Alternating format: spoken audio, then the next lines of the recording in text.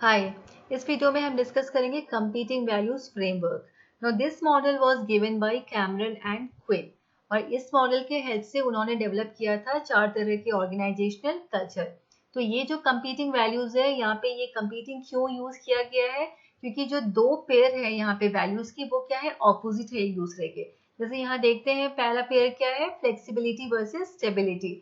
So what is flexibility? Flexibility मतलब जहाँ पे इनोवेशन अलाउड है, क्रिएटिव होना अलाउड है, अडेप्टेबिलिटी, चेंज, इसकी बात हम करते हैं अंडर फ्लेक्सिबिलिटी।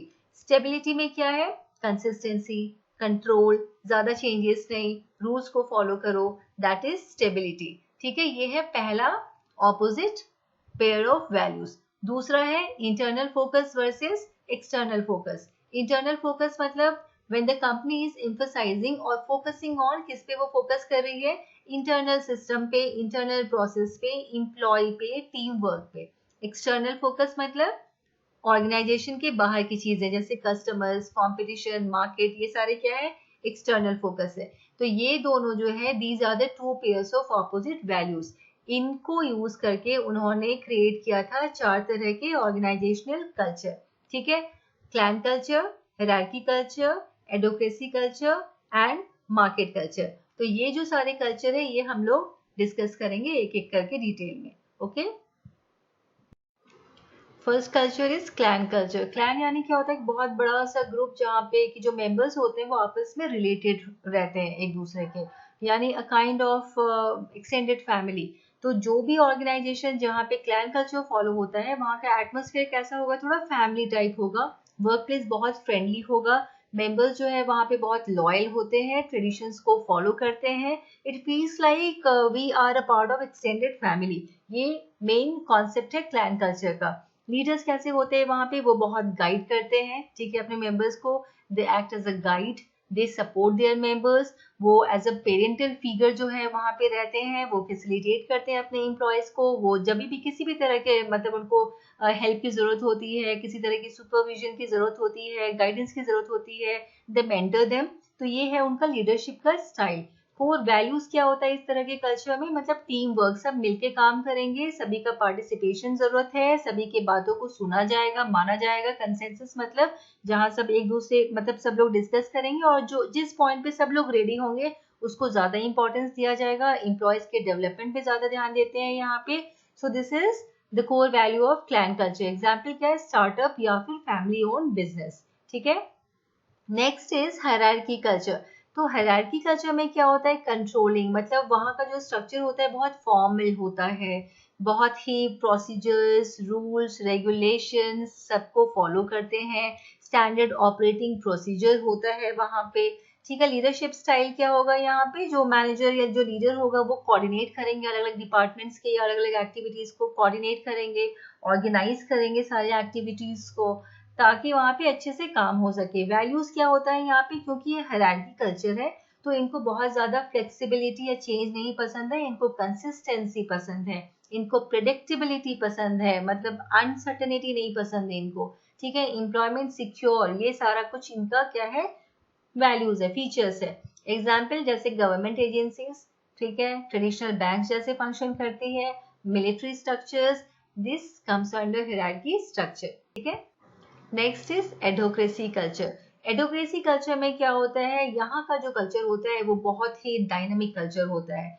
ऑन्टरप्रेन्योर्स मतलब हमेशा कुछ ना कुछ नया करना है, एम्प्लॉयज को एनकरेज करते हैं रिस्क लेने के लिए, कुछ नया इनोवेट करने के लिए, जो उनका जो बाउंड्रीज है, जो लिमिटेशंस है, उसके बाहर जाके कुछ सोचो, कुछ करो, ये इनका मेन यहाँ पे कल्चर होता है। लीडरशिप स्टाइल कैसे होते हैं यहाँ पे, जो लीडर्स होते हैं वो विजनरीज होते हैं, ठीक है, एंटरप्रेन्योर्स होते हैं, इनोवेटर्स होते हैं ये लोग। तो कोर वैल्यूज क्या होगा यहाँ पे, हमेशा ग्रोथ, एजाइलिटी, यानी कुछ ना कुछ वो नया करते रहो, हमेशा कुछ ना कुछ ऐसा प्रोडक्ट या सर्विसेज लाते रहो मार्केट में जो कि वो औरों से वो हटके है, बिल्कुल डिफरेंट है, बेस्ट है, एक्सपेरिमेंट करते रहो। तो यहाँ पे क्या है, ये फ्लेक्सिबिलिटी पे, चेंज पे बहुत ज्यादा यहाँ पे फोकस करते हैं एडोक्रेसी कल्चर पे। ठीक है, एग्जाम्पल क्या है, tech innovators like Tesla, Elon Musk, ठीक है, his company is a very good example of advocacy. He always talks about taking risk, always talks about doing innovations of different kind. तो ये क्या है, एडवोकेसी कल्चर फॉलो करते हैं वहां पे। एरोस्पेस, R&D डिपार्टमेंट्स, ये सारे हैं एडोक्रेसी कल्चर के example. Last one is market culture. Market culture में क्या होता है, थोड़ा रिजल्ट ओरिएंटेड होते हैं, ठीक है। मार्केट में कॉम्पिटिटर्स है, उनके साथ compete करना है, जो टारगेट्स है उनको पूरा करना है। तो यहाँ पे लीडरशिप स्टाइल क्या होता है, वो थोड़े डिमांडिंग होते हैं, वो प्रॉफिट पे बहुत ज्यादा वो फोकस करते हैं। वो आपके सक्सेस को कैसे मेजर करेंगे कि आपने कितने टारगेट्स दिए गए थे, आपने कितने अचीव किए, ठीक है। रेप्यूटेशन पे बहुत ज्यादा ध्यान देते हैं ये लोग, क्योंकि कंपनी की जो ब्रांड है, जो रेप्यूटेशन है, ठीक है, that is very important in market culture. तो यहाँ पे कोर वैल्यूज क्या होता है, मार्केट शेयर कितना है, प्रॉफिटेबिलिटी कितना है, ठीक है, हमारे कॉम्पिटिटर्स का मार्केट शेयर कितना है, इस तरह का यहाँ पे क्या होता है, कल्चर होता है, वेरी रिजल्ट ओरिएंटेड। ये देखेंगे कि आप लोगों ने आपका आउटकम क्या है, उस हिसाब से यहाँ पे वो जो आपकी इफिशिएंसी क्या है उसको मेजर करते हैं यहाँ पे। So the primary focus is on getting the job done. आपको काम करना है, टारगेट्स अचीव करने हैं, जो कॉम्पिटिटर्स है उसको उसके उसके उससे अच्छा काम यहाँ पे करना है, उससे बेटर काम करना है। So this is market culture. Example, sales organisation, companies with intense target driven environment, वो फॉलो करते हैं मार्केट कल्चर। ये डायग्राम को देखकर एक बार फिर से वो सारे का सारा जो कॉन्सेप्ट है वो क्लियर हो जाएगा। क्लैन यानी फ्लेक्सिबिलिटी, इंटरनल फोकस, ठीक है। एम्प्लॉयज पे ध्यान देते हैं, थोड़े फ्लेक्सिबल भी होते हैं, फैमिली लाइक कल्चर होता है यहाँ पे। एडोक्रेसी में फ्लेक्सिबिलिटी, एक्सटर्नल फोकस, क्योंकि ये बहुत ही क्या होता है, इनोवेशन, डायनेमिक, फ्लेक्सिबिलिटी, रिस्क लेना, ये सारे इसके फीचर्स है एडोक्रेसी की। मार्केट में क्या है, external focus, stability, externally focus कर रहे हैं वो लोग, क्योंकि ये रिजल्ट ओरिएंटेड कल्चर है, इनको यहाँ रिजल्ट से मतलब है, कंपटीशन से मतलब है, कस्टमर को सेटिस्फाई करना, ये इनका एम है। So this is market culture. And hierarchy is internal focus, stability, बहुत स्ट्रक्चर्ड कंट्रोल कल्चर रहता है, रूल्स को फॉलो करते हैं, प्रोसीजर्स को फॉलो करते हैं, this is hierarchy culture. So these are the 4 main types of culture developed by Cameron and Quill. Thank you for watching.